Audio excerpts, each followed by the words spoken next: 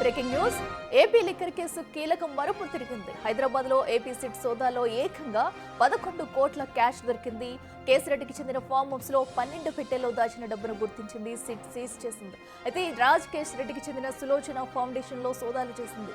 Liquor కేసులో A40 Varun ఇచ్చిన సమాచారంతో హైదరాబాద్ లో ఏపీ సిట్ రైడ్స్ చేసింది. తెల్లవారుజామున సిట్ అధికారులు దాడులు చేశారు. ఈ కేసులో A1గా ఉన్న కేసిరెడ్డి రాజశేఖర రెడ్డి ఆదేశాలతో వరుణ్ చాణక్య 12 పెట్టెల్లో 11 కోట్లు దాచినట్టు అంగీకరించారు.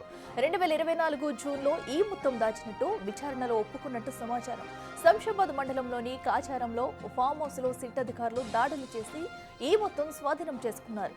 Sulochana farm house professor Tagala Bala Reddy పేరు మీద ఉన్నట్టు గుర్తించారు.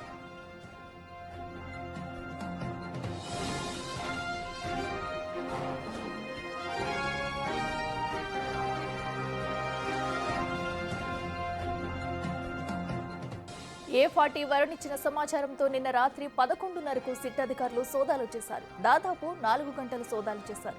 12 బాక్సుల్లో 11 కోట్ల నగదు సీజ్ చేశారు. బాలరెడ్డికి కేసిరెడ్డి ఉన్న సంబంధాల గురించి ఇప్పుడు సిట్ విచారణ మొదలుపెట్టింది. ఫామ్ హౌస్ కు ఎవరెవరు వచ్చి వెళ్లేవారు, ఎప్పుడు వచ్చారు, ఏం చేశారన్న దానిపై కూడా ఆరా తీస్తుంది.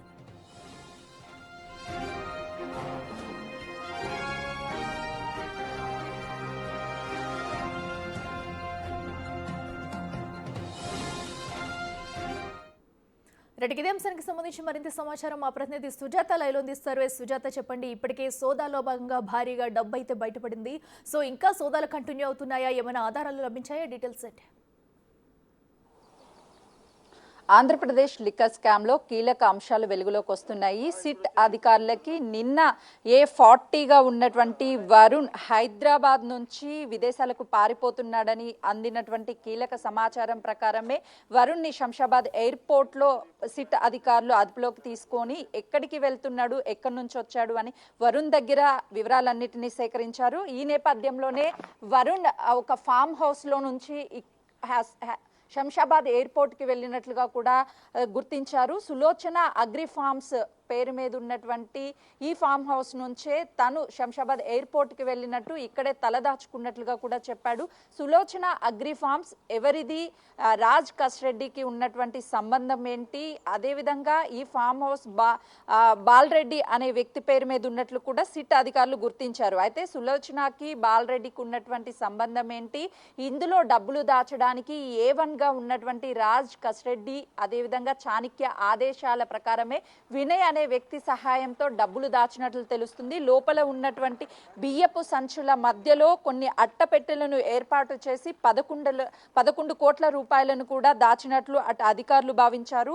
నిన్న రాత్రి 11:30 గంటల ప్రాంతంలో ఈ ఫామ్ హౌస్ కి చేరుకొని అధికారులు తనిఖీలు నిర్వహించి డబ్బుని స్వాధీనం చేసుకున్నారు. సిట్ అధికారులు దాదాపు 3 గంటల పాటు కూడా సోదాలు నిర్వహించారు. ఆంధ్రప్రదేశ్ లిక్కర్ స్కామ్ కి సంబంధించి ఇలా ఫామ్ హౌస్లు, గెస్ట్ హౌస్లు, నగర శివారు ప్రాంతాల్లో ఉన్నటువంటి వాటిల్లో ఒక ఫైల్స్ అని చెప్పి చాలా వాటిని ఇలా ఫామ్ హౌస్ని లీజ్కి తీసుకొని అందులో డబ్బులని డంప్ చేశారు అని అటు సిట్ అధికారులకి కీలకంగా అందినటువంటి సమాచారం ప్రకారమే ఈ రైడ్స్ని కూడా కొనసాగిస్తున్నారని తెలుస్తుంది. ప్రస్తుతానికి చాణక్య రాజ్ కసిరెడ్డి ఆదేశాల ప్రకారమే ఈ డబ్బును కూడా దాచినట్లు అటు చెప్తున్నారు. మరోవైపు ఏపీ లిక్కర్ స్కామ్కి సంబంధించి ఆంధ్రప్రదేశ్లో 2019-24 మధ్య జరిగిన 3,200 కోట్ల లిక్కర్ స్కామ్ కేసులో సిట్ దర్యాప్తు అనేది ముమ్మరం చేసిందనే చెప్పుకోవాలి. ఈ కేసులో ప్రధానంగా మాజీ సీఎం జగన్మోహన్ రెడ్డి ఐటీ సలహాదారుడు రాజ్ కసిరెడ్డి ప్రధాన నిందితుడిగా అటు ఇప్పటికే సిట్ చేర్చింది. వైఎస్ఆర్సీపీ ఎంపీ మిథున్ రెడ్డి సహా 41 మందిని కూడా ఎఫ్ఐఆర్లో పేర్లను నమోదు చేసింది. 12 మందిని అరెస్ట్ చేసి అటు మరో 12 మందిని కూడా అరెస్ట్ చేయడానికి రెడ్ కార్నర్ నోటీసులు జారీ చేసి వాళ్ళని విదేశాల్లో ఉన్నటువంటి వాళ్ళని ఆంధ్రప్రదేశ్కి రప్పించడానికి కూడా పూర్తి స్థాయిలో ఏర్పాట్లు సిట్ చేస్తున్నటువంటి పరిస్థితి ఉంది. ఈ నేపథ్యంలోనే ఈ డబ్బులు డంప్ చేసినటువంటి 11 కోట్ల రూపాయలను కూడా సిట్ స్వాధీనం చేసుకున్నది. మరికొద్ది సేపట్లోనే ఆంధ్రప్రదేశ్లోని సిట్ కార్యాలయానికి అటు ప్రధాన A40గా ఉన్నటువంటి వ్యక్తిని అక్కడికి తీసుకువెళ్లి విచారించనున్నట్లుగా కూడా తెలుస్తుంది. ఇందులో ఉన్నటువంటి మరొక 12 మంది పేర్లు ముప్పిడి అవినాష్ రెడ్డి, కిరణ్ కుమార్ రెడ్డి, సైఫ్ అహ్మద్ A10గా ఉన్నాడు, వరుణ్ పురుషోత్తం ఈరోజు A40 ఎవరైతే తనని కూడా అదుపులోకి తీసుకున్నారు కాబట్టి మరొక 11 మంది సైమన్ ప్రసాద్ A41 గా ఉన్నారు, బొల్లారం శివకుమార్ A42, ముప్పిడి అనిరుద్ రెడ్డి A43,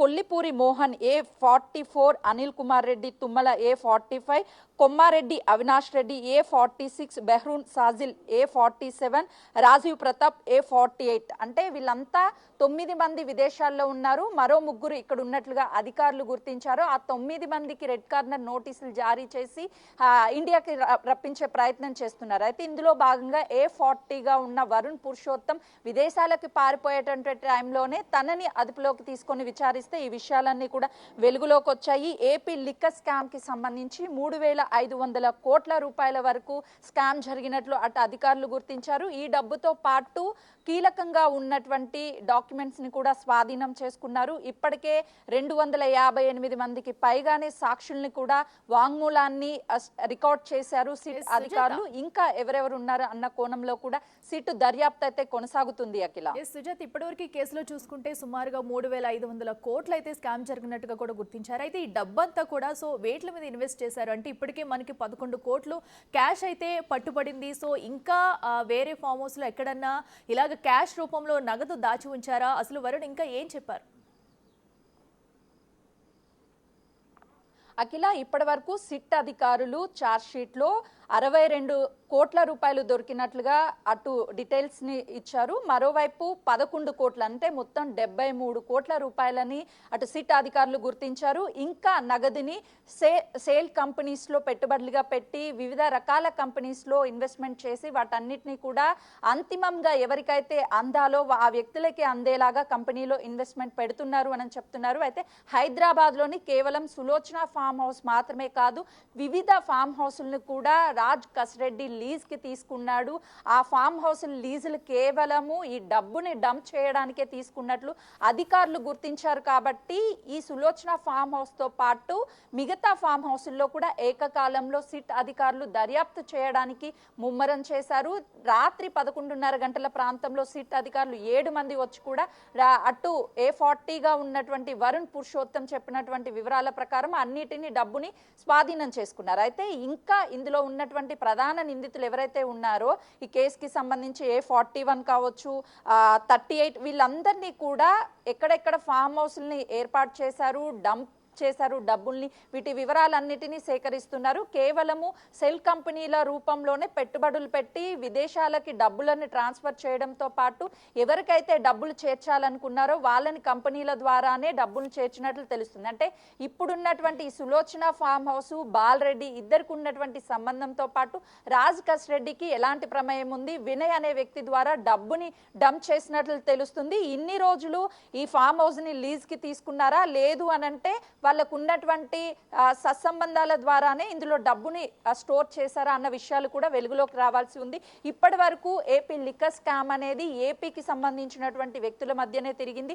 ఎప్పుడైతే ఫోన్ ట్యాపింగ్ కేసులో నిందితుడిగా ఉన్నటువంటి శ్రవణ్ రావుకి ఈ లిక్కర్ స్కామ్ కి ఉన్నటువంటి సంబంధం బయటికి వచ్చిందో ఆ తర్వాత తెలంగాణలో కూడా కొందరు వ్యక్తులు ప్రముఖులు పేర్లు వినిపించాయి. అందులో భాగంగానే ఇక్కడ ఉన్నటువంటి ఫామ్ హౌస్లు రన్ చేస్తున్నది ఎవరు, ఇదంతా ఒక ఆపరేటర్ చేస్తుంది ఎవరు అన్న కోణంలో కూడా సిట్ అయితే దర్యాప్తుని ముమ్మరం చేసిందనే చెప్పుకోవచ్చు.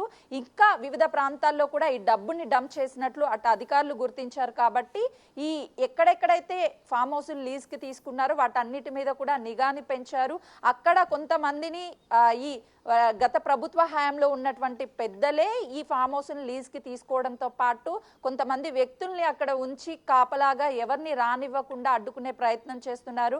లీజ్ కి తీసుకున్న తర్వాత ప్రైవేట్ వ్యక్తులు ఎవరు కూడా లోపలికి రావడానికి అనుమతులు ఉండవు. కాబట్టి డబ్బుని దాచినా ఎవరు ఐడెంటిఫై చెయ్యరు అని భావించి ఇదంతా కూడా చేశారు అని సిట్ భావిస్తుంది. ఈ నేపథ్యంలోనే ఇంకా ఎక్కడెక్కడ ఇలాంటి ఫామ్ హౌస్లు అనేది లీజ్ కి తీసుకున్నారో అన్న విషయాలని అటు సిట్ గుర్తించే ప్రయత్నం చేస్తుంది. మరోవైపు ఈ సులోచన ఫామ్ హౌస్ పేరుతో ఉన్నటువంటి ఈ ఫామ్ హౌస్ లో డబ్బులు దొరికాయి కాబట్టి ఈ ఫామ్ హౌస్ ఎవరిది, కేవలము సులోచన లీజ్ కి తీసుకున్నారా, లేదు అనంటే అటు రాజ్ కస్రెడ్డితో ఏమైనా సత్సంబంధాలు ఉన్నాయా, ఈ కంపెనీలో రాజ్ కస్రెడ్డి వాళ్ళు ఏమన్నా ఇన్వెస్ట్మెంట్ చేశారా, ఈ కోణంలో కూడా సిట్ దర్యాప్తు చేసే అవకాశం చాలా స్పష్టంగా కనిపిస్తుంది. ఆంధ్రప్రదేశ్ లిక్కర్ స్కామ్ అనేది ఒక యూటర్న్ తీసుకుందనే చెప్పాలి. ఇప్పటి వరకు కేవలము ఆంధ్రప్రదేశ్ వరకే పరిమితమైనటువంటి ఈ లిక్కర్ స్కామ్ ఇప్పుడు తెలంగాణలో ఉన్నటువంటి కొంతమంది పేర్లు వినిపించడం, ఈ ఫామ్ హౌస్ల పేర్లు కూడా ఇక్కడ ఉన్నటువంటి వాళ్ళవి కావడంతో కొంచెం సంచలనంగా మారిందనే చెప్పుకోవచ్చు. Akhila. Right Sujatha, thank you. So ఏదైతే ఏపీ లిక్కర్ కేసుకు సంబంధించి కూడా సిట్ సోదాలో ఏకంగా 11 కోట్ల రూపాయల డబ్బు అయితే ఈ రోజు బయటపడింది. అయితే ఏకకాలంలో 8 చోట్ల అయితే సోదాలు చేస్తుంది సిట్. అయితే సాయంత్రం వరకు కూడా ఈ సోదాలు కొనసాగే అవకాశం ఉంది. మరి ఎలాంటి ఆధారాలు బయటపడతాయి, ఇంకా ఎవరెవరిని విచారించున్నారనేది కూడా ఈ రోజు తేలనుంది.